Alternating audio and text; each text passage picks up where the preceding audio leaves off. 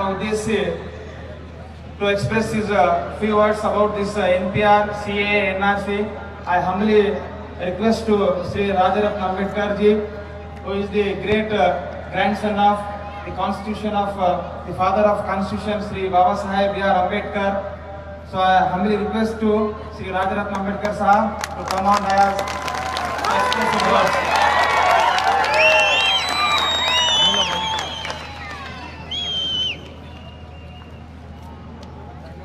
विश्व वंदनीय तथागत सम्यक संबुद्ध विश्व रत्न बोधिसत्व डॉक्टर बाबा साहब अम्बेडकर, महात्मा बसवेश्वर, छत्रपति शिवाजी महाराज, छत्रपति शाहू महाराज, महात्मा ज्योतिबा फुले और जिन जिन महापुरुषों ने और महानायिकाओं ने हमारे हक और अधिकार की लड़ाई लड़ी, उन सभी महापुरुषों को और महानायिकाओं को मैं त्रिवार वंदन करता हूं।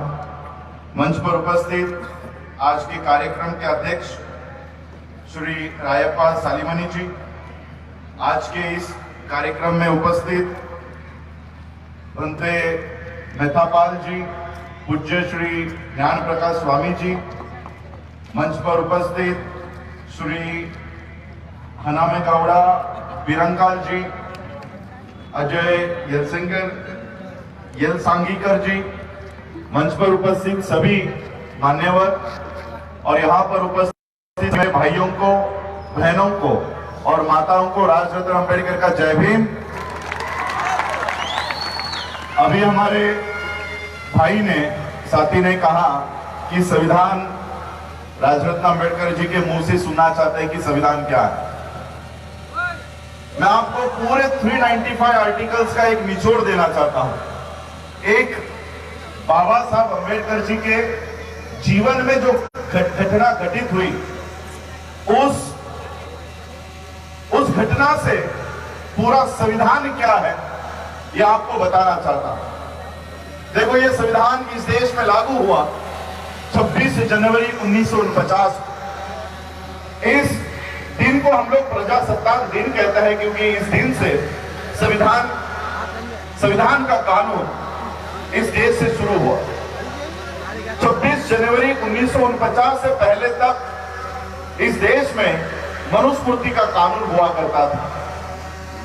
बाबा साहब का जन्म भी मनुस्मृति के कानून के दरमियान हुआ और इस मनुस्मृति के कानून में ही बाबा साहब छोटे से बड़े हुए। इस देश में संविधान 1950 से है, आज 2020 चल रहा है। 50 से लेकर 2020 यानी 70 साल इस देश के संविधान को पूरे हो चुके हैं। 70 साल इस देश में मनुस्मृति 2500 सालों से, 2500 साल, 2500 इयर्स मनुस्मृति का कानून और 70 इयर्स संविधान का कानून। अगर हम लोग कितनी पीढ़ियां मनुस्मृति में गई और कितनी पीढ़ियां संविधान में जी रही है, इसका अगर कैलकुलेशन करते हैं तो अगर इस देश की एवरेज लाइफ, इस देश की एवरेज स्पैन ऑफ लाइफ अगर 100 साल पकड़ते हैं तो 2500 डिवाइड बाय 100, 25 जनरेशन, 25 पीढ़ियां हमारी मनुस्मृति के कानून में जितनी 25 पीढ़ियां, और संविधान के कानून में एक पीढ़ी भी अभी तक पूरी तरह से इस संविधान में सांस नहीं ली है। एक पीढ़ी भी। 70 साल का संविधान, 2500 सालों का मनुस्मृति, ये 2500 सालों के मनुस्मृति की 70 साल के संविधान से इतनी फटने लग गई है कि ये संविधान को हटाने की कोशिश कर रहे हैं। 2500 सालों के मनुस्मृति को क्यों डर लग रहा है, यह मैं आप लोगों को बताना चाहता हूं। क्यों डर लग रहा है? बाबा साहब जब छोटे थे, उनके पिताजी सूबेदार मेजर रामजी अंबेडकर ये मिलिट्री में थे। बच्चे छोटे छोटे थे। मिलिट्री के काम की वजह से उनके पिता की, रामजी बाबा की ट्रांसफर हुआ करती थी। तो पिता ने कहा, अभी मेरी ट्रांसफर यहां हुई है, बहुत दिनों से, बहुत महीनों से बच्चों को नहीं देखा। पिता ने बच्चों को खत लिखा कि अभी आपके स्कूलों की छुट्टियां लग गई है, एक काम करो, स्कूलों की छुट्टियों में मुझे मिलने के लिए आओ। बाबा साहब को वो खत मिला। बाबा साहब छोटे से थे, 11-12 साल के। बाबा साहब के भाई, बाबा साहब के बहनों के बच्चे सारे निकल पड़े पिता को मिलने के लिए। राम जी बाबा ने कहा कि जिस ट्रेन से आने वाले हो, कौन सी ट्रेन पकड़नी है, कहां उतरना है, सारा बता दिया। और जब निकलोगे तो मुझे टेलीग्राम करना ताकि मैं आपको लेने के लिए स्टेशन पर आ जाऊं। बाबा साहब ने टेलीग्राम कर दिया, लेकिन ये टेलीग्राम उनके पिता को मिला ही नहीं। बच्चे ट्रेन पकड़ के स्टेशन पर आ गए, ट्रेन आ गई, सारे लोग उतर गए, अपने अपने जगह चले गए। बच्चे अपने पिता की राह देख रहे कि मेरे पिता आएंगे, हमारे पिताजी आएंगे, हमको लेकर जाएंगे। ट्रेन चली गई, सारे बच्चे स्टेशन पर खड़े हैं, अच्छे कपड़े पहने थे। स्टेशन मास्टर ने देखा सभी लोग चले गए, ये बच्चे कौन हैं, स्टेशन पर खड़े हैं। वो स्टेशन मास्टर बच्चों के पास आया, बच्चों को पूछा कि कहां जाना है, क्यों खड़े हो। बाबा साहब ने अपने पिता का खत दिखाया। बाबा साहब ने कहा कि मेरे पिताजी मिलिट्री में सूबेदार है, मेजर है, उन्होंने हमको मिलने के लिए बुलाया है, लेकिन शायद मेरा टेलीग्राम उनको नहीं मिला, हमको हमारे पिता के पास जाना है। वो स्टेशन मास्टर ने बगल में बैलगाड़ी खड़ी थी, बैलगाड़ी वाले को बुलाया और कहा देखो ये अच्छे घर के बच्चे लग रहे हैं, इनको इनके पिता के पास छोड़कर आओ, ये रहा पता, इनको इनके पिता के पास छोड़कर आओ। तो वो बैलगाड़ी वाले ने सभी बच्चों को कहा कि ठीक है चलो आज आ जाओ मेरे बैलगाड़ी में बैठो। सारे बच्चे बैलगाड़ी में बैठ गए और बाबा साहब का सफर शुरू हो गया। बाबा साहब का सफर शुरू हो गया। थोड़ी देर के बाद उस बैलगाड़ी वाले ने बच्चों से बातचीत करना शुरू कर दिया और बच्चों से बातचीत करने के बाद उस बैलगाड़ी वाले को पता चल गया ये कौन से जाति के बच्चे हैं, कौन से धर्म के बच्चे हैं। जैसे ही बैलगाड़ी वाले को पता चला, बैलगाड़ी वाले ने बैलगाड़ी रोकी और सभी बच्चों को कोसते हुए, गाली देते हुए कहा कि अभी क्या अभी मेरे बैलगाड़ी से नीचे उतरो, तुम लोग अछूतों के बच्चे हो, निचले जाति के लोग हो, मेरे गाड़ी में बैठकर तुमने मेरी बैलगाड़ी को अपवित्र कर दिया है, अभी क्या अभी नीचे उतरो। सारे बच्चे नीचे उतर गए। बाबा साहब के पास पैसे थे। बाबा साहब ने उस बैलगाड़ी वाले से कहा ये ज्यादा पैसे ले लो, लेकिन हमको हमारे पिता के पास छोड़ दो। बैलगाड़ी वाले ने पैसे देखे, उसने कहा ठीक है, लेकिन तुम लोग अछूतों के बच्चे हो, इसलिए मेरे बैलगाड़ी में नहीं बैठ सकते, मेरे बैलगाड़ी के पीछे पीछे चल के रहो। बाबा साहब, उनके भाई, उनके सारे बहनों के बच्चे उस बैलगाड़ी के पीछे पीछे पीछे पीछे चल रहे थे। कई किलोमीटर के बाद बाबा साहब को प्यास लग गई। बाबा साहब ने कहा आपके पास जो पानी है वो पानी मुझे पिलाओ, मुझे बहुत प्यास लगी है। उस बैलगाड़ी वाले ने कहा कि मैं तुम्हें ये पानी नहीं दे सकता, मैं तुम्हें अपना पानी नहीं पिला सकता, लेकिन आगे अगर कोई नदी आती है, कोई तालाब आता है तो मैं गाड़ी रोकूंगा, तुम लोग पानी पीकर आ जाओ। बहुत देर हो चुकने के बाद कोई तालाब नहीं आ रहा था, कोई नदी नहीं आ रही थी, बच्चे प्यास से तड़प रहे थे। बैलगाड़ी वाले को दया आ रही थी। उस बैलगाड़ी वाले ने देखा कि आगे कुछ पानी दिख रहा है। बैलगाड़ी वाले ने बैलगाड़ी रोकी और बाबा साहब से कहा कि देखो वहां पर कुछ पानी है। बाबा साहब सारे बच्चे उस तालाब के पास गए तो देखा उस तालाब में तो पानी है ही नहीं, सारा कीचड़ है, पानी तो कब का सूख गया। बाबा साहब ने मट्टी हटाई, बाबा साहब ने मट्टी हटाई और उस तालाब का पानी, उस कीचड़ का पानी बाबा साहब ने पिया। यह मनुस्मृति के कानून में बाबा साहब को कीचड़ का पानी पीने के लिए मजबूर कर दिया गया था। आपको जानना है ना संविधान क्या है? इस मनुस्मृति के कानून में आप लोगों को कीचड़ का पानी तक पीने की मनाही कर दी गई थी, लेकिन उसी बच्चे ने इस देश में संविधान लिख डाला और उस 70 सालों में उसी बाबा साहब अम्बेडकर जी के छाया में हम ये बिस्लरी का पानी पीते हैं। ये है संविधान, ये है संविधान। जिन बाबा साहब अम्बेडकर जी को बैलगाड़ी में में बैठने के लिए मनाही कर दी गई थी, बैलगाड़ी से उतार दिया गया था, उसी संविधान में आज हम हवाई जहाज में बैठते हैं, हवाई जहाज उड़ाते हैं। यह है संविधान, यह संविधान है। संविधान कोई 395 आर्टिकल की किताब नहीं है। और इसलिए ये लोग संविधान को हटाना चाहते हैं। जो लोग बैलगाड़ी में बैठने के लायक नहीं थे, संविधान की वजह से आज ब्राह्मणों के सर पर बैठ गए। इसलिए इस देश के संविधान को हटाने के लिए ये सीएए, एनआरसी, एनपीआर और ये ईवीएम लाए। मैं आपको धीरे धीरे सब वन बाय वन आप लोगों को बताऊंगा ये क्या है ईवीएम। ये मैं नहीं कह रहा, सुप्रीम कोर्ट कह रहा। आज अक्टूबर 2013 को सुप्रीम कोर्ट का जजमेंट है। यह जजमेंट आज तक किसी भी न्यूज चैनल ने नहीं बताया, किसी भी प्रिंट मीडिया ने नहीं बताया। इतना बड़ा जजमेंट आज तक देश के लोगों से छुपा कर रखा। सुप्रीम कोर्ट कहता है, अभी फिलहाल तो हम लोग 2020 में आ गए, ये तो 7 साल पहले का जजमेंट। 2013 में 8 अक्टूबर 2013 में सुप्रीम कोर्ट ने कहा कि केवल लाइट जलना और बीप का आवाज होना यह वोट दिया हुआ सबूत नहीं माना जाएगा, कहना। और इसलिए देश के लोगों को अगर वोट देने का प्रूफ चाहिए तो वो उनको देना होगा। लाइट जलना और बीप का आवाज आना यह प्रूफ नहीं माना जाएगा। एक पर्ची भी साथ में देनी होगी। कब का है? 2013 में। 2014 में लोकसभा के इलेक्शंस हुए। उस इलेक्शंस में भारत में किसी को भी पर्ची नहीं दी गई।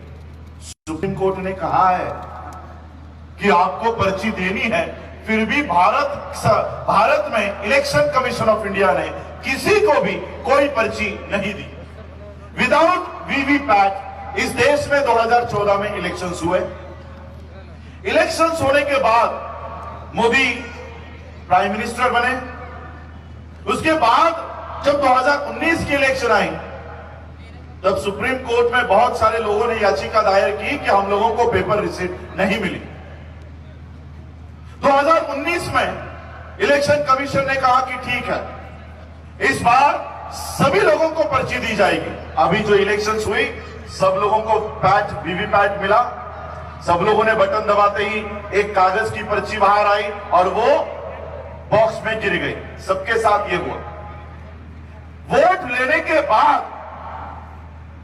के बाद जब काउंटिंग का समय आया 8 अक्टूबर 2013 को सुप्रीम कोर्ट कहता है कि अगर कोई भी कैंडिडेट ये मांग करता है कि हमको मशीन में पड़े हुए वोट नहीं गिनने हैं, हमको कागज की पर्ची गिननी है, तो कागज की पर्ची गिनना इलेक्शन कमीशन ऑफ इंडिया को अनिवार्य होगा, कंपल्सरी होगा। अब इलेक्शन होने के बाद वोट काउंटिंग की शुरुआत हुई। इलेक्शन कमीशन कहता है हम कागज नहीं गिनेंगे, हम कागज नहीं गिनेंगे, हमारे पास इतना समय नहीं। बहुत लोगों ने कंप्लेंट की, तब जाकर सुप्रीम कोर्ट ने कहा कि ठीक है, सारे कागज मत गिनो, सिर्फ 10% कागज गिनो, 10%। 2019 में इलेक्शन हुए, कागज पे वोट आए, लेकिन इलेक्शन कमीशन ने आज तक कागज की गिनती नहीं की। इतना क्यों डर रहे हो? अगर ईवीएम मशीन में गड़बड़ नहीं है तो कागज गिनने में क्या हरकत है? आप कागज गिनने से इतने डरते क्यों हो? क्योंकि उनको पता है कि ईवीएम मशीन के आंकड़े ऊपर नीचे हो सकते हैं, कागज में छपा हुआ वो जो वोट है वो ऊपर नीचे नहीं हो सकता, इसलिए कागज की गिनती नहीं हुई। चलो, ईवीएम मशीन मैं आप लोगों को बताना चाहता हूं। मैं पूरे वर्ल्ड में घूमता हूं, अभी मैं ऑस्ट्रेलिया से आया हूं। ऑस्ट्रेलिया में ईवीएम मशीन का इस्तेमाल नहीं होता, यूएस में ईवीएम मशीन का इस्तेमाल नहीं होता। यहां तक जिस जापान ने ये ईवीएम मशीन हमको बनाकर दी है भारत में, उस जापान में भी ईवीएम मशीन का इस्तेमाल नहीं होता। मैं 2018 में जापान में था, तो जापान के लोगों से मैंने पूछा कि ये ईवीएम मशीन इंडिया को जो आपने दी है, क्या आपके देश में आप वोट ईवीएम से लेते हो? तो उन्होंने जवाब दिया, हम इतने पागल हैं क्या कि हमारे देश में ईवीएम से वोट लें? जिस देश में जर्मनी जैसा देश, उन्होंने जीआर निकाला है, ऑर्डर निकाला है कि ईवीएम, हमारे जो लोग हैं वो टेक्नोलॉजिकली इतने प्रगत नहीं है कि ईवीएम का इस्तेमाल कर सके। तो क्या इंडिया के लोग इतने प्रगत हैं जो ईवीएम मशीन का इस्तेमाल कर सके? जर्मनी कह रहा है, यूएस कह रहा है, जापान कह रहा है कि हम ईवीएम का इस्तेमाल नहीं करेंगे। हमारे यहां पर ईवीएम से वोट लिए जा रहे हैं। ईवीएम से वोट इसलिए लिए जा रहे हैं क्योंकि आप लोगों के वोट का अधिकार खत्म किया जाए। क्या है वोट का अधिकार? किसने दिया आपको ये वोट का अधिकार? और कौन खिलाफ था इस देश में आप लोगों को वोट के अधिकार को देने के? चलो, ईवीएम मशीन के रूट जैसे आपने रूट्स बताए कि कहां पर सारा जाकर मिलता है, वैसे मैं आज आपको कुछ रूट्स बताने जा रहा हूं। ये ईवीएम मशीन के रूट कहां पर है? 1919 में इस देश में साउथ ब्यूरो कमेटी आई, साइमन कमीशन, सबने नाम सुना है। क्यों आया था साइमन, और कौन लोग थे जो साइमन का विरोध कर रहे थे? क्या देने के लिए आया था साइमन इस देश में? इस देश में जब साउथ ब्यूरो कमेटी और साइमन कमीशन का गठन किया गया अंग्रेजों द्वारा, तब उस समय इस देश के लोगों को क्या क्या अधिकार देने चाहिए उसकी जानकारी देने के लिए साइमन कमीशन गठित हुई। साउथ ब्यूरो कमेटी भारत में आई। भारत में आने के बाद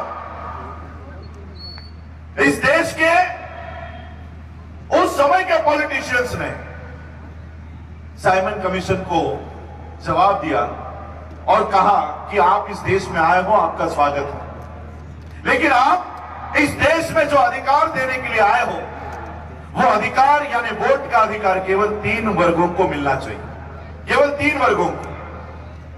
साइमन ने पूछा, कौन से 3 वर्ग? साइमन को कहा गया, साउथ ब्यूरो कमेटी को कहा गया कि इस देश में जो लोग पढ़े लिखे हैं, जो लोग 8वीं पास होने का सबूत दिखा सकते हैं, ऐसे ही लोगों को वोट का अधिकार इस देश में मिलना चाहिए। दूसरा वर्ग, जो लोग टैक्स भरते हो, इनकम टैक्स भरते हैं, प्रॉपर्टी टैक्स भरते हैं, ऐसे ही लोगों को इस देश में वोट का अधिकार मिलना चाहिए। और तीसरा वर्ग, इस देश में जो लोग राजा है, महाराजा है, ऐसे ही लोगों को वोट का अधिकार इस देश में मिलना चाहिए। यह मांग उस समय इस देश के ब्राह्मणों ने की। बाबा साहब को इस बात का पता चला। बाबा साहब ने उस साइमन कमीशन को कहा कि अगर इन निष्कर्षों के ऊपर आप इस देश में वोट का अधिकार दोगे तो हमारे इस देश में हम लोगों को वोट का अधिकार ही नहीं मिलेगा। साइमन ने बाबा साहब से पूछा, कैसे नहीं मिलेगा, हमें जरा बताओ। बाबा साहब ने कहा, मनुस्मृति के कानून के अनुसार हम लोगों को शिक्षा प्राप्त करने का अधिकार ही नहीं है, स्कूल जाने का अधिकार ही नहीं है। अगर हम लोगों को स्कूल जाने का अधिकार ही नहीं हो तो 8वीं पास होने का सबूत कहां से दिखाएंगे? हम लोगों को जमीन खरीदने का अधिकार नहीं, नौकरी करने का अधिकार नहीं, व्यवसाय करने का अधिकार नहीं। हमारे पास जमीन ही नहीं हो, नौकरी ही नहीं हो, पैसे ही नहीं हो, तो उस पैसों के ऊपर टैक्स भरी हुई रिसीट, इस जमीन के ऊपर टैक्स भरी हुई रिसीट कहां से दिखाएंगे? हमारे पास ये कोई कागजात नहीं है। देखो, स्वामी जी उस समय भी कागज मांग रहे थे और आज भी उसी के चेले कागज मांग रहे हैं।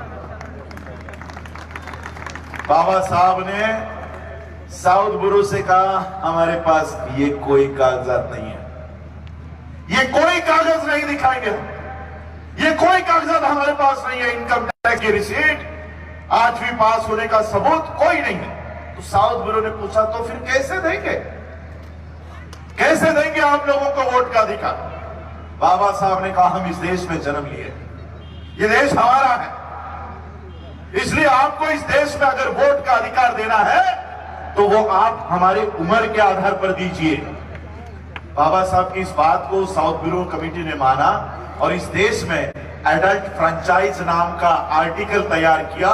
ये एडल्ट फ्रेंचाइज आज भी 21 साल के हर एक स्त्री को और हर एक पुरुष को वोट का अधिकार दे देता है, ये बाबा साहब की वजह से इस देश के सभी लोगों को वोट का अधिकार प्राप्त हुआ। ये बाबा साहब की वजह से आज इस देश में सबको वोट का अधिकार मिलता है। अंबानी को भी एक वोट और आपके झोपड़ी में रहने वाले हमारे माता को भी एक वोट का अधिकार बाबा साहब ने सबको बराबर लेकर आए। अब राजा किसी रानी के पेट से नहीं, बैलेट बॉक्स से पैदा होगा। बाबा साहब ने ऐसा कानून बना दिया, बाबा साहब ने वोट का अधिकार दे दिया। अब दिक्कत क्या हो गई पता है? अब दिक्कत यह हो गई कि इस देश में आप लोग चुनोगे इस देश का प्रधानमंत्री कौन होगा, आप चुनोगे इस देश में कि आपके स्टेट का सीएम कौन होगा, यह आप चुनोगे। तिलक नाम का ब्राह्मण, महाराष्ट्र का बाल गंगाधर तिलक, इसने सवाल लेकर कहा कि इस देश में तेली, तंबोली और कुनभटों को, यानी इस देश के जो निचले जाति के लोग हैं, ओबीसी है, कुनबी समाज के लोग, मराठा कम्युनिटी, ओबीसी, तिलक कहता है कि इन लोगों को संसद में जाके क्या हल चलाना है, इनको क्यों संसद में लाना है? नाई समाज के लोगों को संसद में जाकर क्या बाल काटने हैं? माली समाज के लोगों को संसद में जाके क्या फूल विरोधना है? इनको क्यों चाहिए वोट का अधिकार? इनको नहीं मिलना चाहिए। तिलक ने विरोध किया, बाबा साहब ने वोट का अधिकार दे दिया। आज क्या ताकत है पता है आपके पास? मोदी जी 2014 से हवा में उड़ रहे हैं, आज इस देश में, कल उस देश में, परसों उस देश में, अभी 4-5 दिनों से भारत में ही है। उनको लगता है बाहर गया तो कोरोना वायरस हो जाएगा, वो अभी जा नहीं रहे। हमारे यहां पर वो कोरोना वायरस भी डर गया है, इनके यहां पर कॉम्युनल वायरस है, मुझे कॉम्युनल वायरस ना हो जाए, वो यहां आ ही नहीं रहा। हमारे यहां पर कोरोना वायरस से भी खतरनाक वायरस है कॉम्युनल वायरस, उससे भी खतरनाक है। कोरोना वायरस से तो एक आदमी मरता है, कॉम्युनल वायरस से हमारी पीढ़ियां मर रही है, जनरेशन टू जनरेशन मर रही है, धर्म के नाम पर, जाति के नाम पर। और इसलिए मैं आपको बताना चाहता हूं कि जो लोग हवा में उड़ रहे थे 2014 में, 2015 में, 2019 तक, अभी 2019 में, ये 2020 में दिल्ली की इलेक्शंस हुई, अमित शाह इस देश का गृह मंत्री, सारे स्टेट्स के सीएम जो खुद को राजा समझ रहे थे, वो दिल्ली के गलियों में पर्ची बांट रहे थे, पर्ची बांट रहे थे। क्या मजबूरी इन लोगों की आ गई? देखो, हवा में उड़ने वाले लोग, नरेंद्र मोदी जैसे लोग आज आपके पैर पकड़ते और कहते कि हमको वोट दो। बाबा साहब की वजह से आज ये लोग आपके पैर पकड़ने के लिए मजबूर हो गए। ये ताकत बाबा साहब आपको देकर गए, और इसलिए इनको लगा कि पैसे हम खर्च करें, शराब हम बांटे, साड़ियां हम बांटे, सरकार हम बनाए, और संविधान, ये देश बाबा साहब के संविधान से चला है। और इसलिए इन्होंने पहला काम शुरू कर दिया कि इस देश से संविधान हटा। और ये मैं नहीं कह रहा हूं, ये मैं नहीं कह रहा हूं, सरकार में बैठे हुए लोग ये बयान दे रहे हैं। आपके स्टेट का आनंद हेगड़े, आनंद कुमार हेगड़े क्या स्टेटमेंट दिया? हम सत्ता में इसलिए आए हैं ताकि इस देश का संविधान हटा सके। कैबिनेट मिनिस्टर, हरियाणा का सीएम मनोहर लाल खट्टर कहता है कि आज राज्यसभा में हमारी कुछ सीटें कम है, जैसे ही बढ़ जाएंगी हम इस देश के संविधान को हटा देंगे। क्यों हटाना चाहते हैं ये देश का संविधान? क्यों हटाना चाहते हैं? वो इस देश के संविधान को नहीं हटाना चाहते, वो फिर से इस देश में मनुस्मृति को कायम करना चाहते हैं। जिस मनुस्मृति के काल में आपके गले में हांडी और आपके कमर में झाड़ू बांध दिया गया था, उस सिस्टम को ये फिर से लाना चाहते हैं। अब मोदी जी एक नया कैंपेन चला रहे, स्वच्छता अभियान। क्या है स्वच्छता अभियान?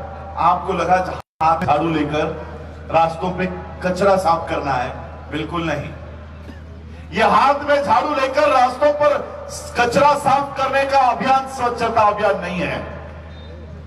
संविधान के वजह से आज इस शासन में आपके आईएएस बन गए, आपके जजेस बन गए, आपके पुलिस कमिश्नर बन गए, आईपीएस बन गए। ये जो लोग आज क्लास 1 ऑफिसर बन गए, इनको हटाना यह है इनका स्वच्छता अभियान। ये इनको हटा रहे हैं। रिजर्वेशन इन प्रमोशन हटा दिया, SC/ST एट्रोसिटी एक्ट हटा दिया। आज इस देश में संविधान की वजह से जो लोग क्लास 1 पर बैठ गए थे, वो क्लास 3 पर वापस डिमोट कर दिए गए। यह है इनका स्वच्छता अभियान। और क्यों लाना पड़ रहा है इन लोगों को फिर से इस देश में? वही CA, NRC, NPR, ये फिर से उसी 1919 की तैयारी कर रहे हैं। इस देश के लोगों को जो वोट का अधिकार मिला, ये फिर से वोट का अधिकार छीनने का काम। CAA क्या है? Citizenship amendment act 2019। क्या है ये एक्ट? ये एक्ट कहता है कि इस देश में अफगानिस्तान, पाकिस्तान और बांग्लादेश के 31 दिसंबर 2014 तक के लोगों को हम इस देश में नागरिकता देंगे। और नागरिकता देते समय हिंदू, बौद्ध, सिख, जैन, इन लोगों को इस देश में, और क्रिश्चियन, इन लोगों को नागरिकता देंगे, मुसलमानों को नहीं देंगे। आप मुझे बताओ, इस देश में पाकिस्तान से, अफगानिस्तान से और बांग्लादेश से क्या कोई सिख इस देश में आ रहा है? क्या कोई क्रिश्चियन आ रहा है? क्या कोई बुद्धिस्ट आ रहा है? क्या कोई जैन आ रहा है? ना तो बांग्लादेश से कोई सिख यहां पर आ रहा है, ना तो बांग्लादेश से कोई बौद्ध इस देश में आ रहा है, ना तो पाकिस्तान से इस देश में कोई मुस्लिम यहां आ रहा है। तो आ कौन रहे? हिंदू। पाकिस्तान, बांग्लादेश और अफगानिस्तान से 31 दिसंबर 2014 तक के हिंदुओं को इस देश में नागरिकता मिलेगी। नागरिकता आप 31 दिसंबर 2014 तक इनको दोगे और इस देश के जो हिंदू है उनकी नागरिकता जाएगी। CAA को सिर्फ CAA के साथ नहीं जोड़ना चाहिए, इसको NRC के साथ देखना चाहिए। और ये मैं नहीं कह रहा हूं, इस देश के होम मिनिस्टर अमित शाह का बयान है, और वो भी संसद में है कि क्रोनोलॉजी समझो। क्या कहते हैं होम मिनिस्टर? क्रोनोलॉजी समझो। CAA के बाद इस देश में, पूरे देश में NRC लागू होगा। NRC क्या कहता है? NRC कहता है, मैंने तारीख भी नोट करके रखी है, NRC की तारीख है 24 मार्च 1971। 24 मार्च 1971 के पहले इस देश में जिनके पास इलेक्टोरल रोल, वोटर लिस्ट में आपका नाम होना चाहिए, कौन से तारीख से पहले? 24 मार्च 1971। आज 2020 चल रहा है, 40 साल पहले के वोटर लिस्ट में आपका नाम होना चाहिए। दूसरा डॉक्यूमेंट 1951 का NRC, 1951 में जो NRC हुआ था उसका कागज। तीसरा कागज है लैंड एंड टेनेंसी रिकॉर्ड, जमीन के कागजात। कभी के ये सारे कागजात 24 मार्च 1971 पहले के, उसके बाद के नहीं, उसके बाद के नहीं। Citizenship certificate, bank passbook. अब अमित शाह के, अब मैं मुंबई का हूं तो मेरे मुंह में ना गालियां बहुत है। अब अमित शाह के बाप ने रखा था उस समय का बैंक पासबुक हमारे पास। LIC का डॉक्यूमेंट, पॉलिसी। हाँ, हमको 40 साल के पहले के डॉक्यूमेंट मांग रहे हैं। 40 साल के पहले के डॉक्यूमेंट। इनको 2 साल पहले के राफेल की फाइल नहीं मिलती, हमको 40 साल पहले के मांग रहे हैं।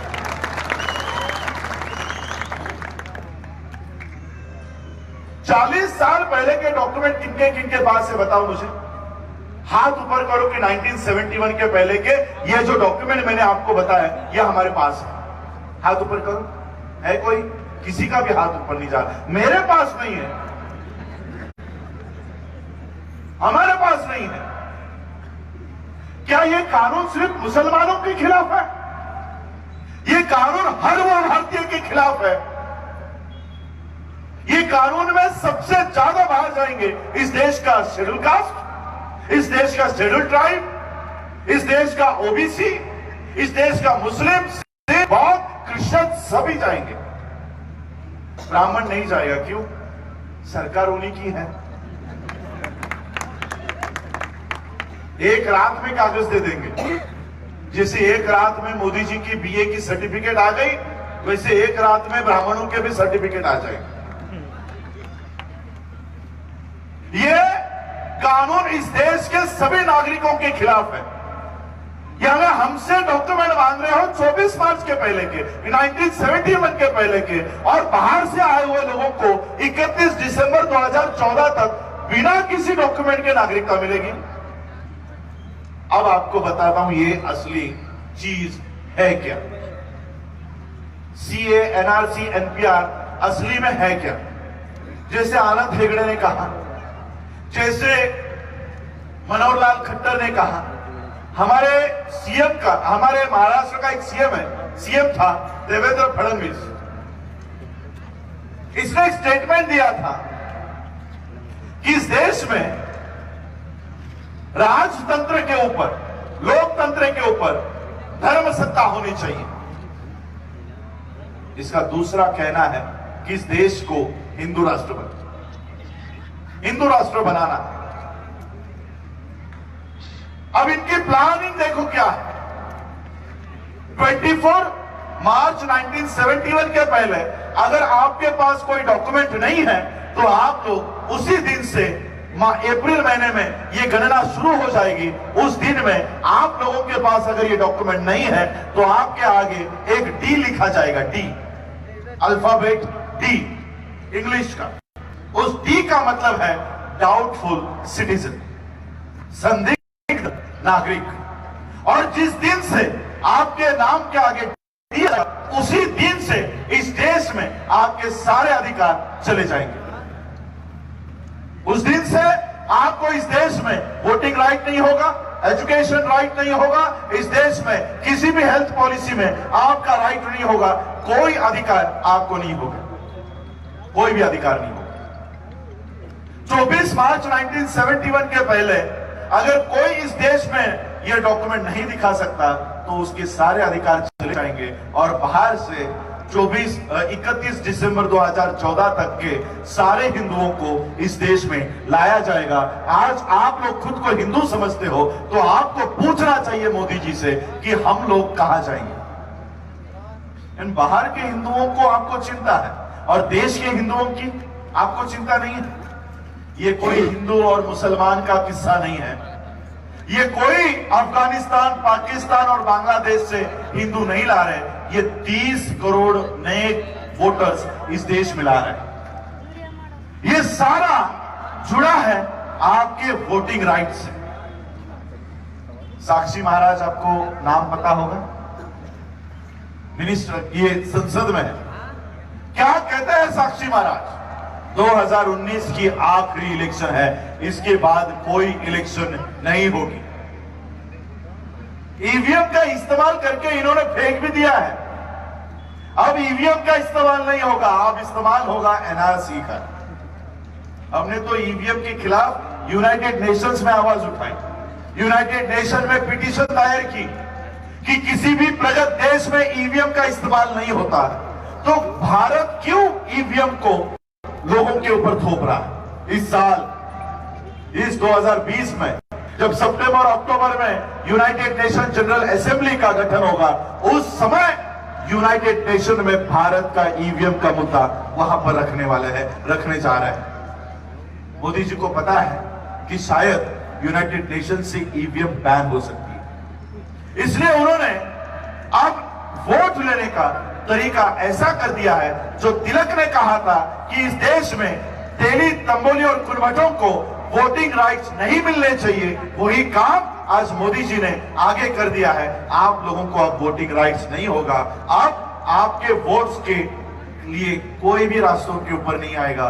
सारे जो बाहर से वोटर लाए जा रहे हैं, मुझे आप बताओ, अगर भारत के बाहर से 30 करोड़ लोगों को इस देश में ऐसे ही जमीन मिल रही होंगी, ऐसे ही वोटिंग राइट्स मिल रहे होंगे, तो वो वोट तो उसी को देगा जिसने उसको भारत में लाया है।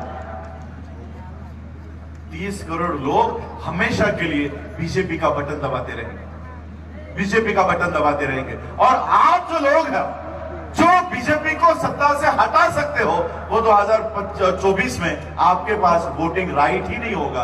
आप कहां से हटाओगे? पूरी तरह से आप लोगों को भारत में इन लोगों ने घेर लिया है, पूरी तरह से। कहां जाओगे आप बचकर? कितनी सभाओं करोगे? कितना प्रोटेस्ट करोगे? पुलिस हमारी, जज हमारे, मीडिया हमारा, सारा का सारा देश, सारा का सारा लोकतंत्र इन्होंने अपने कब्जे में कर लिया है। लेकिन इनको शायद एक पता नहीं था। देखो,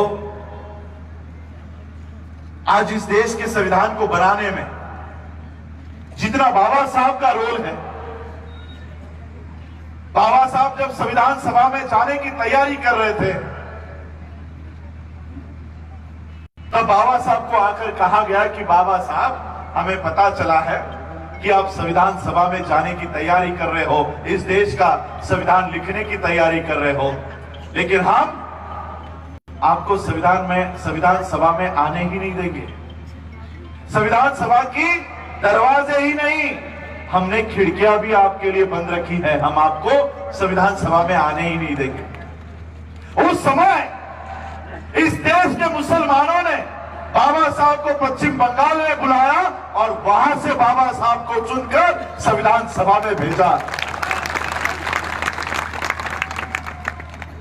इस देश के मुसलमानों का भी एक बहुत बड़ा रोल इस देश के संविधान को बनाने में है। अगर इस देश के मुसलमानों ने बाबा साहब को संविधान सभा में अगर नहीं भेजा होता, तो बाबा साहब ये सुरक्षा कवच हमको नहीं दे सकते थे। और इसलिए इस देश के संविधान को बचाने के लिए, चाहे वो हिंदू हो, मुसलमान हो, क्रिश्चियन हो, सिख हो, हम सब लोगों को इकट्ठा होकर इस देश के संविधान को बचाना होगा।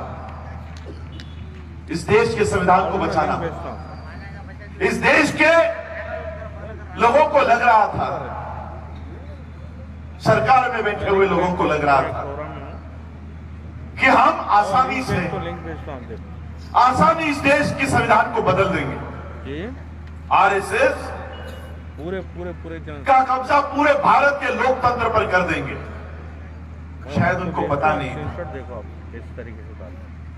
शायद उनको पता नहीं था कि बाबा साहब का परिवार अभी जिंदा है। जिन बाबा साहब ने इस देश को संविधान दिया, उन बाबा साहब के संविधान को बचाने के लिए अगर मुझे फांसी पर भी चढ़ना होगा तो मैं वो फांसी चढ़ने के लिए तैयार हूं। लेकिन ये बीजेपी आरएसएस के सामने हम घुटने देखने के लिए तैयार नहीं है। इनको लगा हम आसानी से काम कर देंगे। मैं 2014 से इस बात का प्रचार कर रहा हूं, मेरे आज भी YouTube पे वीडियोस है। मैं तब से बता रहा हूं कि बीजेपी आरएसएस ने एक नया संविधान बनाकर रखा है और वो इसको लागू करने की तैयारी कर रहे हैं। लेकिन लोग इस बात का विश्वास नहीं कर रहे थे और तब से हम इस देश में सुरक्षित रहने के मार्ग ढूंढ रहे थे और मैं इसके ऊपर 2018 से काम कर रहा हूं। मुझे पता है कि इस देश की सारी यंत्रणा पर आरएसएस ने कब्जा कर लिया है, इसलिए मैं इस देश के सामने गिड़गिड़ाने का काम नहीं करता। मोदी जी को, सीएम को, राष्ट्रपति को खत लिखकर विरोध नहीं करता। मुझे पता है इनके पास कुछ नहीं होगा। हमारा राष्ट्रपति वो खुद धक्के खा रहा है, वो हमको क्या न्याय देगा? जगन्नाथपुरी के मंदिर में गए, बीवी शहीद गए। जगन्नाथपुरी के ब्राह्मणों ने देखा ये शेड्यूल कास्ट का आदमी हमारे मंदिर में कैसे आ रहा है। जगन्नाथपुरी के ब्राह्मणों ने वहीं से दरवाजे से बाहर धकेल दिया। वो आज तक अपने ऊपर किए हुए अत्याचार का बदला नहीं ले सकते। आज तक अपने लिए एफआईआर नहीं कर सकते, वो हमको क्या न्याय देंगे? इसलिए मैं अपनी बात यहां नहीं रखता।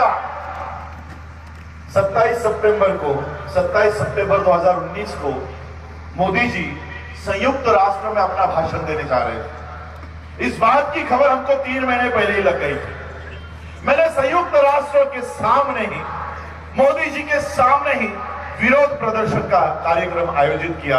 न्यूयॉर्क में बैठे हुए हमारे सभी साथियों को कहा कि 27 सितंबर को ही हमको वहां पर यूनाइटेड नेशन के गेट पर ही धरना प्रदर्शन करना है। 150 देशों के सामने हमने मोदी जी का विरोध वहां पर संयुक्त राष्ट्र में किया। संयुक्त राष्ट्र के सचिव हमारे पास आए और उन्होंने हमको पूछा कि क्यों विरोध कर रहे हो। हमने अपना कागज उनको दिया, सारी बातें वहां बताई। 27 सितंबर का आंदोलन करने के बाद मैं वॉशिंगटन डीसी गया। वहीं से शायद 5 या 8 घंटे का ड्राइव था। ड्राइव करके हम वॉशिंगटन डीसी गए। USCIRF, United states commission for international religious freedom के ऑफिस में गया। 1.5 घंटा पॉलिसी एनालिस्ट से, वहां के यूएस कमिश्नर से मेरी 1.5 घंटा चर्चा चली। और भारत का संविधान कैसे धोखे में है, भारत के मुसलमानों को जय श्री राम ना बोलने पर कैसे पिटा जाता है, भारत के शेड्यूल कास्ट के बच्चों को कैसे पिटा जा रहा है, घोड़ी के ऊपर बैठने पर खून होते हैं, शादी में कुर्सी पर बैठकर खाना खाने पर खून होता है, ये सारी बातें वहां पर बताई। वो सारी बातें बताकर मैं भारत आ गया। अब 2 महीने पहले मुझे वहां से रिप्लाई आया है। सीए एनआरसी का विरोध हमने वहां पर भी किया। सुप्रीम कोर्ट में मेरी खुद की याचिका वहां पर डली हुई है सीए के विरोध में। ये सारा देखकर यूएससीआईआरएफ ने कहा कि 2 महीने में हम प्रतिबंध अमित शाह और नरेंद्र मोदी पर इस देश में प्रतिबंध सैंक्शंस लाने की कार्रवाई को शुरू कर रहे हैं। पूरे विश्व में इनको लग रहा था कि भारत की सारी व्यवस्था हमारे हाथ में आ चुकी है। भारत की सारी व्यवस्था हमारे हाथ में है, हम चाहे वो कर सकते हैं, लेकिन ये भूल गए कि भारत के बाहर एक बहुत बड़ा व्यवस्था, एक बहुत बड़ी प्लेटफॉर्म भारत के बाहर हमारे सुरक्षा के लिए काम कर रही है। हम यहां पर आंदोलन करने के बजाय हम वहां पर अपनी बात रख रहे हैं। पूरा विश्व हमारे समर्थन में खड़ा है, लेकिन इस देश का मीडिया ये बात नहीं कह रहा। यूएससीआईआरएफ, यूनाइटेड नेशंस ने आज पहली बार सुप्रीम कोर्ट में इंटरवेंशन एप्लीकेशन दायर किया है कि सीए का विरोध खुद यूनाइटेड नेशंस कर रही है। आज हम लोग पूरे विश्व के सामने हम लोग सुरक्षित हो रहे हैं और मोदी और अमित शाह बदनाम होने का काम वहां पर कर रहे हैं। पूरा विश्व हमारे समर्थन में खड़ा है। ब्रिटिश पार्लियामेंट के 150 मेंबर ऑफ पार्लियामेंट्स ने हमारे पक्ष में रिजोल्यूशन पास किया। यूनाइटेड नेशन ने हमारे पक्ष में रिजोल्यूशन पास किया। मैं मोदी जी को नहीं कहना चाहूंगा, मैं मोदी जी के पिताजी को कहना चाहूंगा, मोहन भागवत जी को। मोहन भागवत जी को कहना चाहूंगा कि भागवत जी, आप नहीं, आपका गोलवलकर भी नीचे आया ना तो भी इस देश में सीए एनआरसी एनपीआर लागू नहीं कर सकता।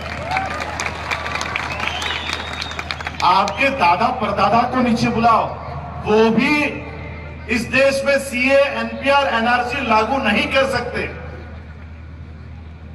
क्यों नहीं कर सकते? मैं आपको एक ही उदाहरण देता हूं, क्यों नहीं कर सकते, कैसे नहीं होगा। देर लगेगी, क्योंकि इस देश का सुप्रीम कोर्ट, हाई कोर्ट, सारी व्यवस्था ये एक एक डेट पोस्टपोन कर रहे हैं ताकि जल्दी से जल्दी इसमें निर्णय ना आए। सुप्रीम कोर्ट में 22 जनवरी को सीए के खिलाफ डेट लगी थी। हमारे वकील वहां पर थे। सभी 164 पिटीशंस, 164 पिटीशंस। भारत के अटॉर्नी जनरल ने कहा, सुप्रीम कोर्ट से कहा, 164 पिटीशंस आ गई है, अब इसके ऊपर रोक लगाओ। अब भारत के लोगों को सीए के विरोध में याचिका दायर करने से रोको। सुप्रीम कोर्ट ने क्या कहा पता है? सुप्रीम कोर्ट कहता है ये भारत के लोगों का संवैधानिक अधिकार है। अगर भारत के लोग चाहते हैं कि सीए का विरोध करना है तो वो उनका संवैधानिक अधिकार है, हम उनको पिटीशन दायर करने से नहीं रोक सकते। मैं इस बात का आप लोगों को एक एश्योरेंस देना चाहता हूं कि सुप्रीम कोर्ट हो, इस देश का संसद हो, सुप्रीम कोर्ट भी कहता है भारत के संविधान के बाहर जाकर कोई कानून नहीं बना सकते, कोई जजमेंट नहीं दे सकते। इसलिए बाबा साहब का परपोता होने के नाते, बाबा साहब के घर का एक मेंबर होने के नाते मैं मोदी जी को कहना चाहूंगा कि मोदी जी, ये देश मेरे बाप के बनाए हुए कानून पे चलेगा, आपके बाप के बनाए हुए कानून पर नहीं। ये देश मेरे बाप के कानून पे चलेगा, आपके नहीं। और क्या कह रहे हैं देश के गृह मंत्री? आधार कार्ड नहीं चलेगा, वोटर लिस्ट नहीं चलेगी, वो पैन कार्ड नहीं चलेगा, वोटर आईडी नहीं चलेगा, ड्राइविंग लाइसेंस नहीं चलेगा। अगर इस देश में रहना है, इस देश की नागरिकता सिद्ध करनी है तो 1971 के पहले के ही डॉक्यूमेंट चाहिए, उसके बाद के डॉक्यूमेंट नहीं चलेंगे। कोई भी डॉक्यूमेंट आपके घर पे, पासपोर्ट भी नहीं चलेगा, कोई भी डॉक्यूमेंट नागरिकता सिद्ध करने के लिए नहीं चलेगा। ठीक है, चलो मान लिए अमित शाह जी की बात को हम मान लेते हैं कि हमारा आधार कार्ड नहीं चलेगा, पैन कार्ड नहीं चलेगा, ड्राइविंग लाइसेंस नहीं चलेगा, राशन कार्ड नहीं चलेगा, पासपोर्ट नहीं चलेगा। 2019 में जब इलेक्शंस हुई, आप लोगों ने वोट दिया। वोट देते समय क्या दिखाकर वोट दिया? Aadhaar card, PAN card, driving licence, voter card, ration card ही दिखाकर वोट दिया कि नहीं? ये दिखाकर वोट दिया। वोट देने के बाद बीजेपी जीती, बीजेपी जीतने के बाद सत्ता में आई और सत्ता में आने के बाद उन्होंने कानून बनाया। अब मैं अमित शाह को कहना चाहता हूं कि वोट लेने के लिए हमारा आधार कार्ड चल रहा था, वोट लेने के लिए हमारा पैन कार्ड चल रहा था, ड्राइविंग लाइसेंस चल रहा था, राशन कार्ड चल रहा था, पासपोर्ट चल रहा था। अगर वोट लेने तक हमारे ये डॉक्यूमेंट चलते हैं और उस वोट के ऊपर आप जीतते हो, आप सरकार बनाते हो, अगर आज हमारे ये डॉक्यूमेंट नहीं चलते जिसके वजह से आप सत्ता में आए हो, तो आप सबसे पहले आपकी सत्ता बर्खास्त करो। उस वोट के ऊपर आपने जो सत्ता में आए हो वो सत्ता डिसॉल्व करो और उसके बाद हमको कहो कि ये डॉक्यूमेंट नहीं चलते। अगर हमारे कार्ड नहीं चलते तो आपकी सरकार भी नहीं चलनी चाहिए, आपकी सरकार भी नहीं चलनी चाहिए। प्रधानमंत्री हमको कह रहे हैं कि अगर डॉक्यूमेंट नहीं होगा तो आपको नागरिकता नहीं मिलेगी। प्रधानमंत्री हमको कह रहे हैं। मैं प्रधानमंत्री जी से कहना चाहता हूं कि प्रधानमंत्री जी, हमारे डॉक्यूमेंट्स के वजह से, हमारे वोट के वजह से आप प्रधानमंत्री बने हो, हम नागरिकों के वजह से आप प्रधानमंत्री बने हो। अगर आप हमको नागरिक नहीं मानते तो हम भी आपको प्रधानमंत्री मानने को तैयार नहीं है, हम भी आपको प्रधानमंत्री नहीं मानेंगे।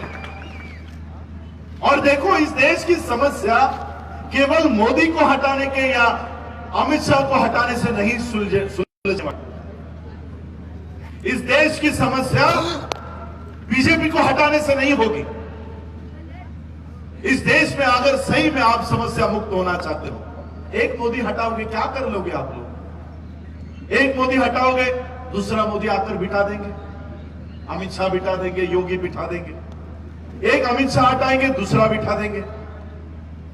इसलिए हमको मोदी या योगी हटाने से या अमित शाह हटाने से हमारी समस्या नहीं सुलझने वाली,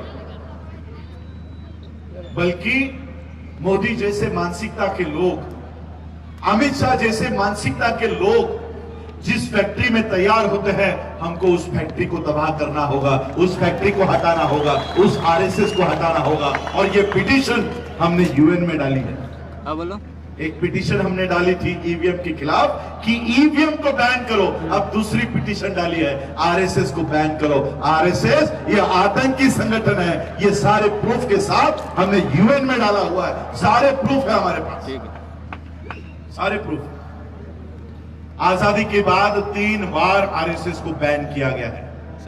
आजादी के बाद, आजादी से पहले तो बैन थी, लेकिन भारत को आजाद होने के बाद 3 बार आरएसएस इस देश में बैन हुई है। 2005 में यूनाइटेड नेशन में आरएसएस को बैन करने की पिटीशन तब रखी गई थी। आज मैं ऑफपी यानी organisation for minorities of India का प्रेसिडेंट हूं, जिसकी हेडक्वार्टर यूनाइटेड नेशंस में है, न्यूयॉर्क में है। आज हमारे ऑर्गेनाइजेशन के जो हेड है वो यूएन में इस बात को सिद्ध कर रहे हैं कि आरएसएस आतंकी संगठन है, इसको बैन करवाओ। ये काम हम लोग वहां पर कर रहे हैं। और देखो,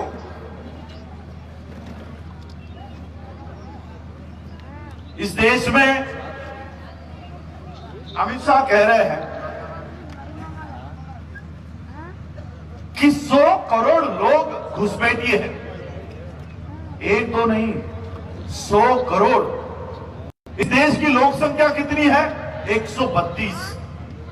132 करोड़ लोगों के देश में 100 करोड़ लोग अगर बाहर निकालोगे तो रहेगा कौन?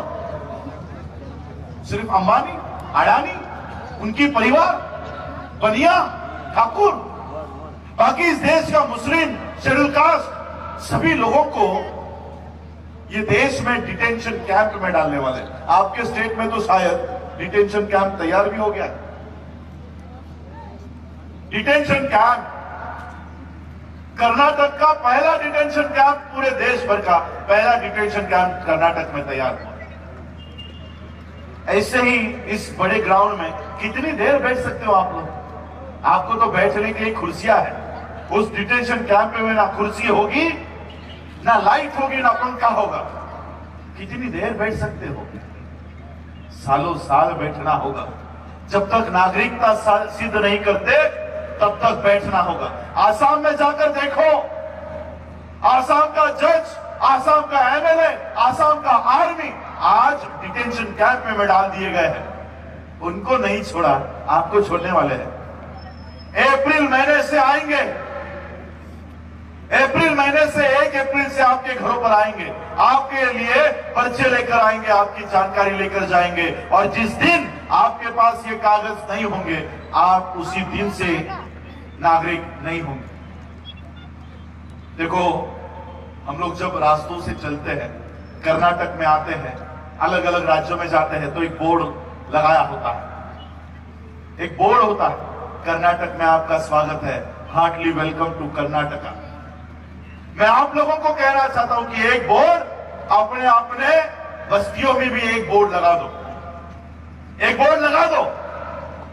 कागज नहीं दिखाएंगे,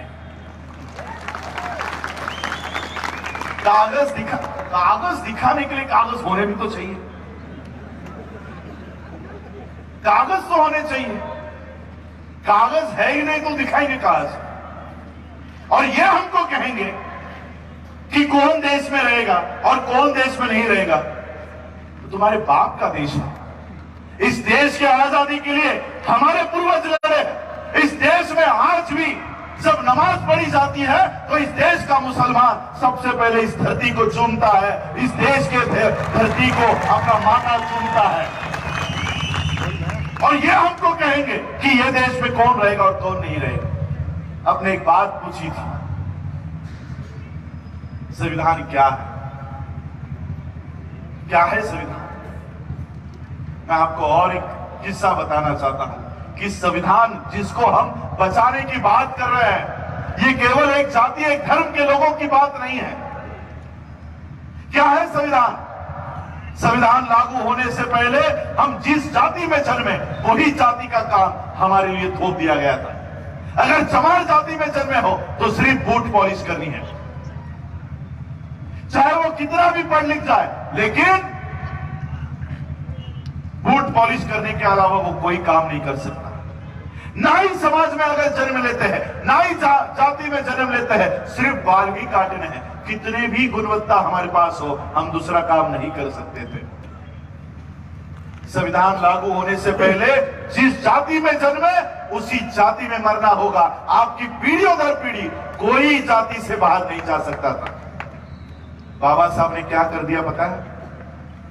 हमारी महिला वहां पर बैठी है, मैं आप महिलाओं को बताना चाहता हूं, इस देश में 50% पॉपुलेशन ये महिलाओं की है।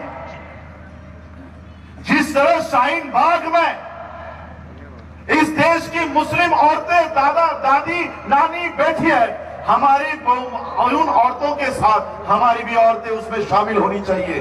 क्योंकि क्या काम है मैं आपको बताना चाहता हूं, क्या करके गए हैं बाबा साहब आपके लिए, इस देश की महिलाओं के लिए।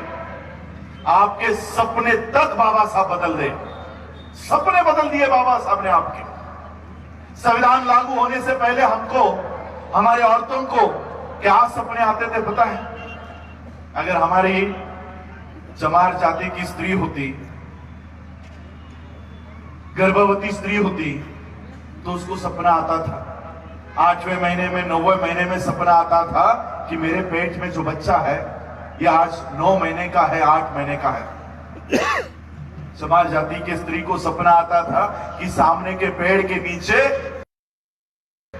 बैठता है, लोगों के जूते सीने का काम करता है, जूते पॉलिश करने का काम करता है। आज वो 40 साल का है। मेरा बच्चा जब बड़ा हो जाएगा, 20 साल का हो जाएगा, 25 साल का हो जाएगा, तो सामने के पेड़ के नीचे बैठा हुआ वो मोची, आप लोग क्या कहते हो मोची को? मोची कहते हो? वो मोची बूढ़ा हो चुका होगा, मरने को आया होगा, और जैसे ही वो मर जाएगा मेरा बच्चा उस पेड़ के नीचे जाकर बैठेगा और लोगों के जूते सीने का काम मेरा बच्चा करेगा, और वो पैसे मेरा बच्चा कमाएगा। नाई जाति के स्त्रियों को सपना आता था कि आज मेरे पेट में 9 बच्चे, 9 महीने का गर्भ है। सामने के पेड़ के नीचे वो नाई बैठता है, लोगों के बाल काटता है।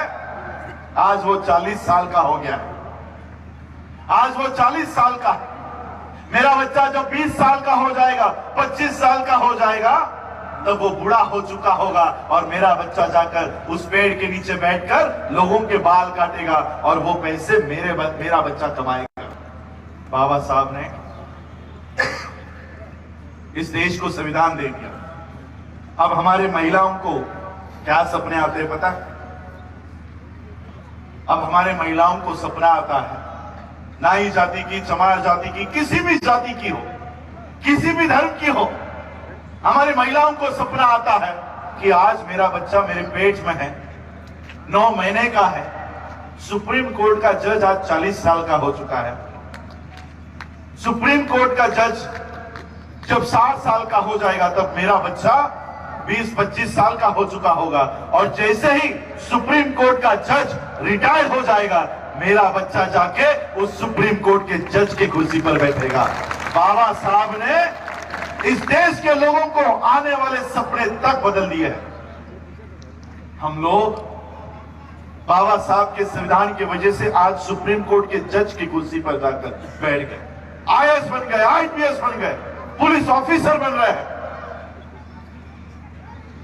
ये सारा संविधान की वजह से हुआ है, और इसलिए ये इस देश के संविधान को हटाना चाहते हैं, देश के संविधान को निकालना चाहते हैं। देखो संविधान, क्योंकि समय भी कम है, बाबा साहब ने 26 नवंबर 1949 को देश को संविधान दिया। बाबा साहब ने संविधान दिया और अपने घर पर दिल्ली के अलीपुर रोड के बंगले पर गए। संविधान देने के बाद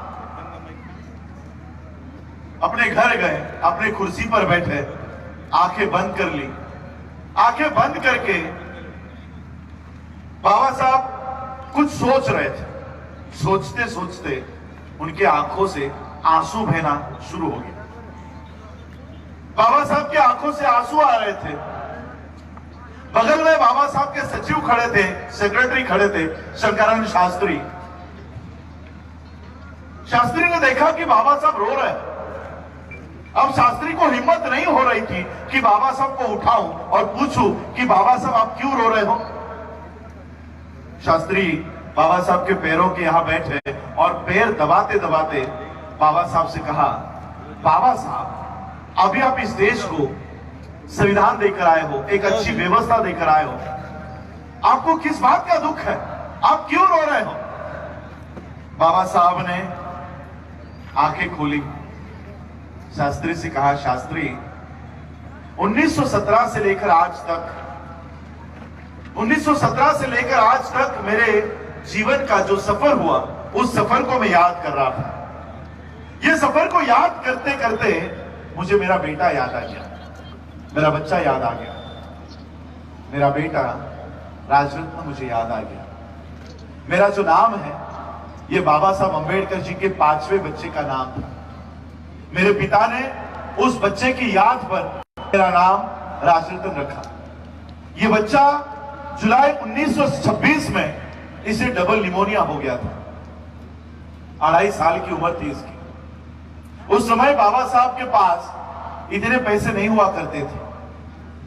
बाबा साहब वकीली किया करते थे और उस वकीली से जितने पैसे मिलते थे बाबा साहब घर चलाते थे।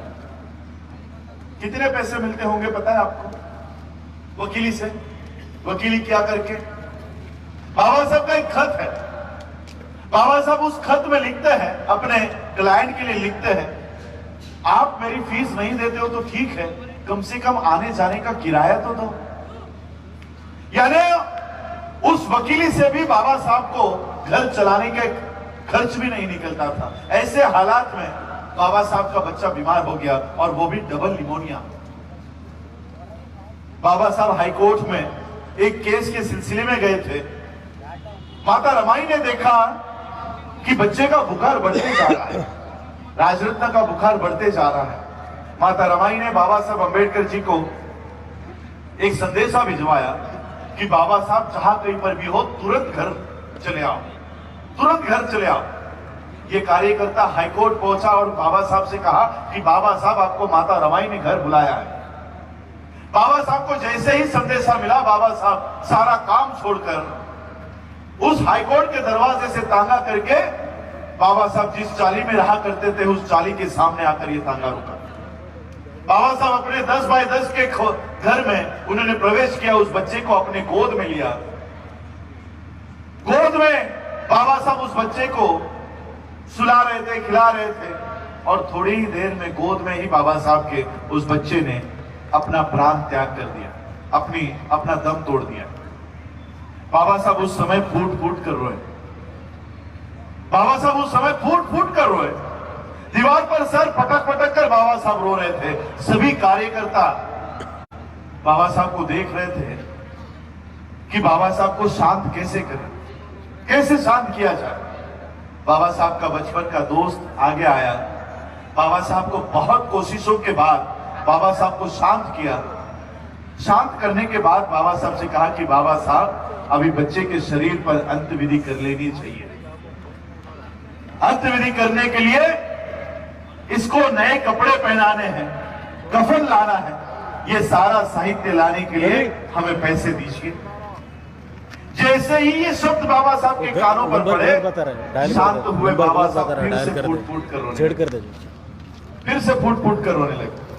बगल में माता रमाई खड़ी थी। माता रमाई को पता चला कि इस रोने की वजह कुछ और। माता रमाई को पता चला कि बाबा साहब के जेब में नए कपड़े छोड़ो, कफन लाने तक के पैसे नहीं है। कफन लाने तक के पैसे बाबा साहब के पास नहीं है। माता रमाई ने बदन पर की साड़ी फाड़ी और उस बच्चे को कफन के तौर पर उस साड़ी में लपेटा। बाबा साहब इस बच्चे का अंत्यविधि करके आए। ये बात बाबा साहब को संविधान देने की याद आई। शास्त्री बाबा साहब से पूछ रहे थे कि बाबा साहब आप क्यों रो रहे हो? बाबा साहब ने जवाब दिया कि शास्त्री एक समय था कि मेरा बच्चा इस जहां से जाते समय मैं कफन तक उसके शरीर पर डाल नहीं सका। मैं कफन तक अपने बच्चे के शरीर पर नहीं डाल सका। बिना कफन का मेरा बच्चा इस जहां से चला गया। लेकिन आज मैंने इस देश को संविधान निर्माण करके दिया है, एक ऐसी व्यवस्था बनाकर दी है कि मेरे आने वाले हर एक राजरत्न, मेरे आने वाले हर एक राजरत्न ये सूट बूट टाई कोट में जन्म लेंगे, ऐसी व्यवस्था मैंने इस देश में बना दी है। ये इस देश को नहीं हटाना चाहते। बाबा साहब के संविधान के वजह से आज हमारे गले में जो टाई आ गई है, ये इस टाई को हटाने के लिए इस देश के संविधान को हटाना चाहते। ये इस देश के संविधान को नहीं चला रहे।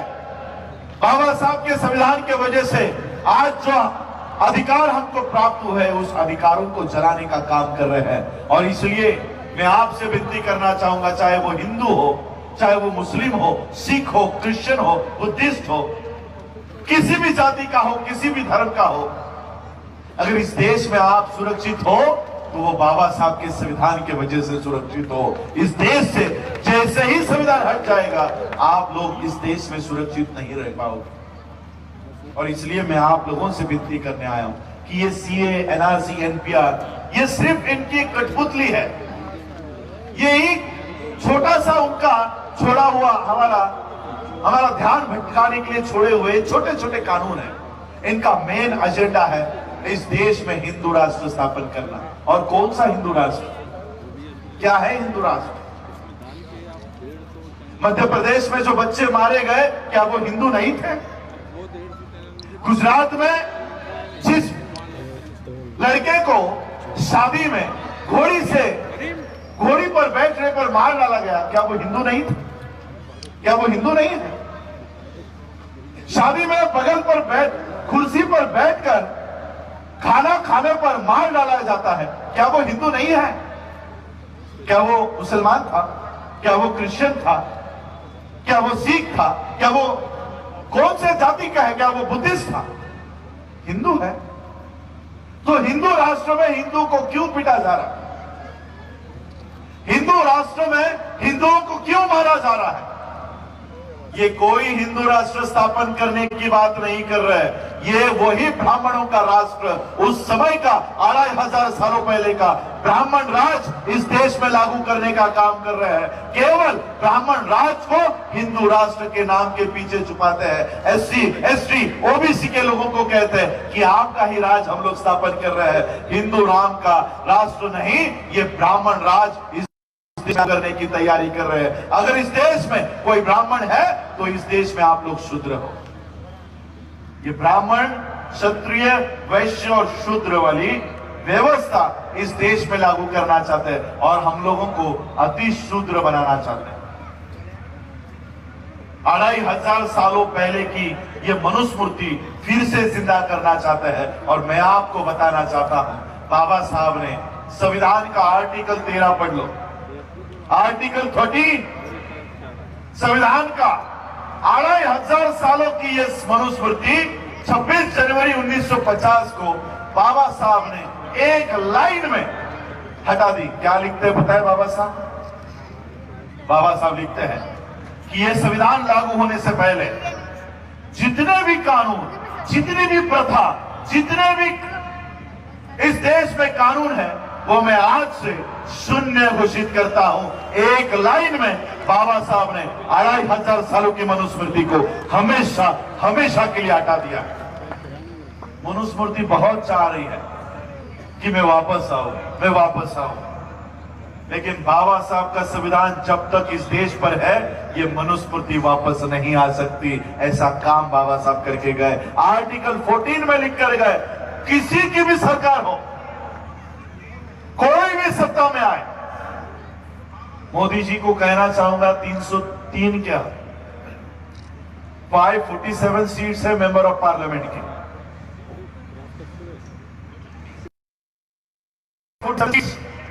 बीजेपी के लोगों से भर डालो। संसद में, राज्यसभा में पूरे आरएसएस के लोगों को भर दो। पूरे आरएसएस के लोगों का कब्जा भी अगर इस भारत पे हो गया तो भी यह देश बाबा साहब के संविधान पर ही चलाना होगा, आपके नहीं। इसलिए इनकी दिक्कत है संविधान। इसलिए इस देश के संविधान को हटाने के लिए ये इस तरह का काम कर रहे हैं। और इसलिए मैं आप लोगों को कहना चाहूंगा कि आज हम लोग इकट्ठा होकर, हम लोग आज, मैं यहां पर बौद्ध होने के नाते बात नहीं कर रहा हूं, आप लोग यहां पर मुस्लिम होने के नाते नहीं बैठे हो, कोई हिंदू नहीं, हिंदू होने के नाते नहीं बैठे हो। बाबा साहब ने कहा था कि हम पहले हिंदू है, हम पहले बौद्ध है, सिख है, जैन है, क्रिश्चियन है, यह भावना नहीं चलेगी। हम पहले भारतीय है और अंतिमता भी भारतीय है, यह भावना अपने आप में तैयार करो। मैं मोदी जी को और अमित शाह को तहे दिल से उनके लिए शुक्रिया अदा करना चाहूंगा कि आपके एक गलती के वजह से हम लोगों में छुपा हुआ वो भारतीय फिर से जागरूक कर दिया। ये आप लोगों के गलती की वजह से आज हम मुस्लिम नहीं, बौद्ध नहीं, सिख नहीं, जैन नहीं, हम सभी लोग भारतीय होने के नाते इस देश को बचाने के लिए आगे आ रहे हैं। और इसलिए भारतीय होने के नाते हमको इस देश के संविधान को बचाने का काम करना चाहिए। सीए, एनआरसी, एनपीआर, ईवीएम, ये सारा कुछ ये इस देश में ये लोग लागू करवाना चाहते हैं। लेकिन मैं आप लोगों को बताना चाहता हूं कि इस देश के बाहर एक बहुत बड़ी यंत्रणा काम करती है जो हमारे ह्यूमन राइट्स के ऊपर है। International human rights commission Geneva, Netherlands में ये लोग हमारे लिए काम कर रहे हैं। हम लोग उनको निवेदन दे रहे हैं, सारी भारत की परिस्थिति वहां पर बता रहे हैं और पूरा विश्व इस देश के लोगों को बचाने के लिए लगा हुआ है। इस देश का मीडिया है कि हम लोगों की ये बात, उनकी ये बात आगे नहीं ला रहा। सिर्फ इंडिया, पाकिस्तान और मुस्लिम, ये इस तरह का काम हो रहा है। देखो आज दिल्ली में जिस तरह के दंगे भड़काए गए, उस समय हिंदुओं को बचाने के लिए मुस्लिम काम कर रहे थे। मुसलमानों के लिए अपने अपने गुरुद्वारा, अपने अपने मंदिर इस देश के हिंदुओं ने खोले। यह है बाबा साहब का भारत, यह है इंडिया कि इस देश में हम लोग, चाहे वो रमजान हो या दिवाली हो, इस देश का हिंदू और मुसलमान एक होकर काम करता है, एक होकर लड़ता है। और इसलिए इन मनुवादी ताकतों से भी इस देश के हिंदुओं को, मुसलमानों को, क्रिश्चियनों को, बौद्धों को, सिखों को एक होकर लड़ना होगा। मैं आज आप लोगों को यही कहना चाहता हूं कि देखो आज जिस तरह से नफरत इस देश के पीएम और इस देश के होम मिनिस्टर फैला रहे, क्या कह रहे हैं कि आतंकवादियों को कपड़ों से पहचाने जाते हैं, उनको कपड़ों से पहचानो। अब मैं पूछता हूं आपको, प्रज्ञा सिंह ठाकुर आज बेल पर है। आतंकवादी कृत्यों के लिए वो जेल में थे, आतंकी कृत्यों के लिए। मैं नहीं कह रहा हूं, इंडियन कोर्ट कह रहा है, पुलिस कह रही है कि आतंकी मालेगांव के बॉम्ब स्फोट में उनका हाथ था, इसलिए वो जेल में थी, आज बेल पर है। तो ये टेररिस्ट एक्टिविटीज में शामिल थी। तो आप मुझे बताओ, प्रज्ञा सिंह ठाकुर क्या कपड़े पहनती है? क्या भगवे कपड़े पहनने वाले आतंकी हो गए? क्या टोपी पहनने वाले आतंकी हो गए? आतंकवादियों का कोई कलर नहीं है, कोई धर्म नहीं है, आतंकी आतंकी होता है। लेकिन इस देश का पीएम कहता है कि कपड़ों से आतंकवादियों को पहचान। मैं मोदी जी से मैं प्रार्थना करूंगा, यहां पर सामने ही मस्जिद है, मैं उस अल्लाह ताला से प्रार्थना करूंगा कि जल्दी से जल्दी इस देश के पीएम को ठीक करे, ताकि उनके दिल में जो नफरत है वो नफरत उनके दिल से जाए और उनको बताओ, उनको दिखाओ कि कितना प्यार है इस देश के लोगों में, कितना प्यार है। मैं तो मोदी जी को कहना, मैं अभी कलकत्ता में था तो उन्होंने यहाँ के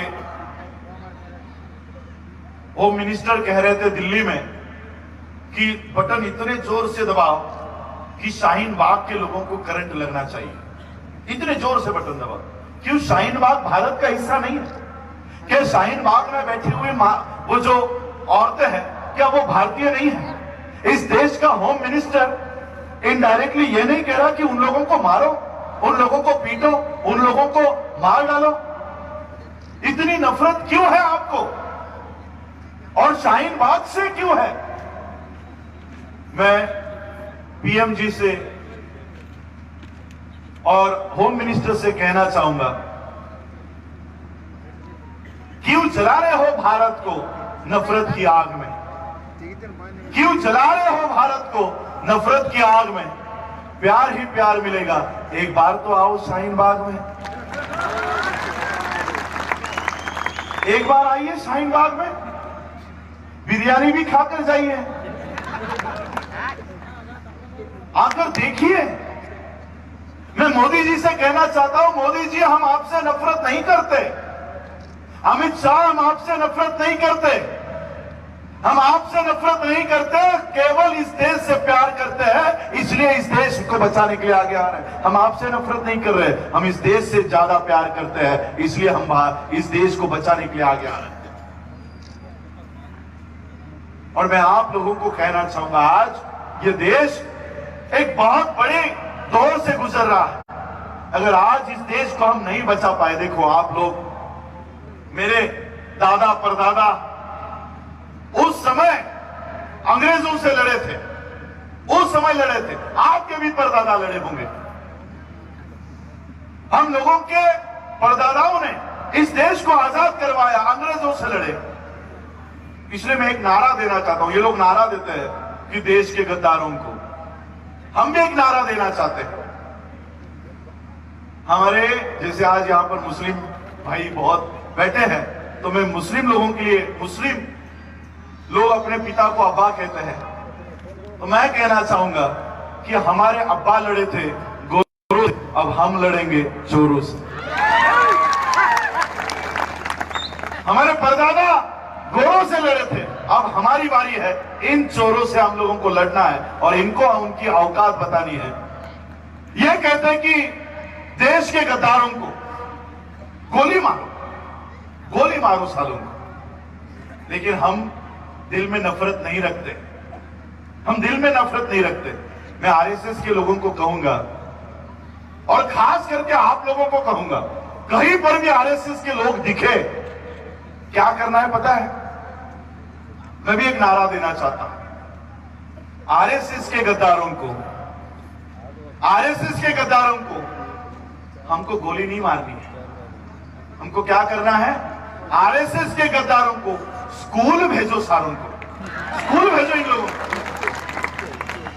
इन लोगों के हाथों से किताबें हटाकर बंदूकें दे दिए, मारो, अपने ही भाइयों को मारो, अपने ही बहनों को मार रहे, अपने ही लोगों को मार रहे। ये क्यों मार रहे? शिक्षा नहीं है इन लोगों के पास, स्कूल भेजो, बताओ कि भारत कितना प्यारा है, कितना अच्छा देश है। और आज जाते जाते मैं आप लोगों को यही बताना चाहूंगा, यही कहना चाहूंगा, यही उम्मीद करूंगा, आप लोगों से यही उम्मीद करूंगा, एक शेर से मैं अपनी बात को खत्म करूंगा कि ये सारी जो परिस्थिति आप लोग देख रहे हो भारत में, किस तरह से देश के संविधान को हटाने की बात चल रही है, किस तरह से हमारे हक और अधिकार को छीनने की बात चल रही है, ये सारी परिस्थिति को देखकर मैं आज के युवाओं को बोलना चाहूंगा, आज के यूथ को कहना चाहूंगा, मंच पर बैठे हुए हमारे सभी साथियों को कहना चाहूंगा कि आज भी अगर तेरा खून ना खोला तो वो खून नहीं पानी है, आज भी अगर तेरा खून ना खोला तो वो खून नहीं पानी है, और अगर ये देश के काम ना आए तो बेकार जवानी है। और ये देश को बचाने के लिए हम लोगों को अपनी ये जवानी को कुर्बान करना होगा, ताकि हमारी आने वाली नस्लें इस देश में सुरक्षित रहे। यही कहकर मैं अपनी बात को विराम देता हूं। आज आप लोगों ने मुझे यहां पर बुलाया, सीए, एनआरसी, एनपीआर के मामले में पूरी जानकारी लेने के लिए आप लोग यहां पर आए, मैं आप लोगों का आभार व्यक्त करता हूं। सुबह से लेकर मैं आप लोगों का मैं लोगों को समय नहीं दे पा रहा हूं कि बहुत लोग मिलना चाहते हैं, फूल लेकर आ रहे हैं, शॉल्स पहना रहे हैं, लेकिन मैं आप लोगों को कहना चाहता हूं, फूल शॉल पहना के बजाय बाबा साहब का मिशन पूरा करो। आप लोग जो फूल पहना रहे हो उसका मैं स्वीकार करता हूं, इसलिए नहीं कि वो मुझे पहनाया जा रहा है, ये एक ही मेरे पिताजी, मैं हमेशा अपने पिता को कहा करता था कि ये लोग मुझे इतनी बड़ी बड़ी मालाएं पहनाते हैं, इतना सत्कार करते हैं, मैंने तो अभी तक कुछ किया भी नहीं है। तो मेरे पिता ने जो जवाब दिया था वही जवाब मैं आपको देना चाहता हूं, और वही भावना से मैं आपका ये सत्कार कबूल करता हूं। मेरे पिता ने कहा था कि ये सत्कार तेरा नहीं हो रहा, ये सत्कार तुम्हारा नहीं है, तुम्हारे शरीर में जो बाबा साहब का खून है ये उस खून का सत्कार है, और इसलिए इस भावना से ही मैं आपका ये सत्कार स्वीकार करता हूं। लेकिन सत्कार करने के बजाय बाबा साहब का अधूरा रहा हुआ मिशन हम लोगों को पूरा करना है, और इसलिए इस मिशन को पूरा करने के लिए भी आप लोग मेरा साथ सहयोग दोगे, इतना ही आशा और विश्वास करता हूं। आप लोगों ने मुझे सुना, उसके लिए आभार। मंच पर बैठे हुए सभी साथियों ने मुझे अपना समय मुझे दिया, उसके लिए मैं आप सभी लोगों का आभार व्यक्त करता हूं। जय भीम, जय भारत, जय बुद्ध।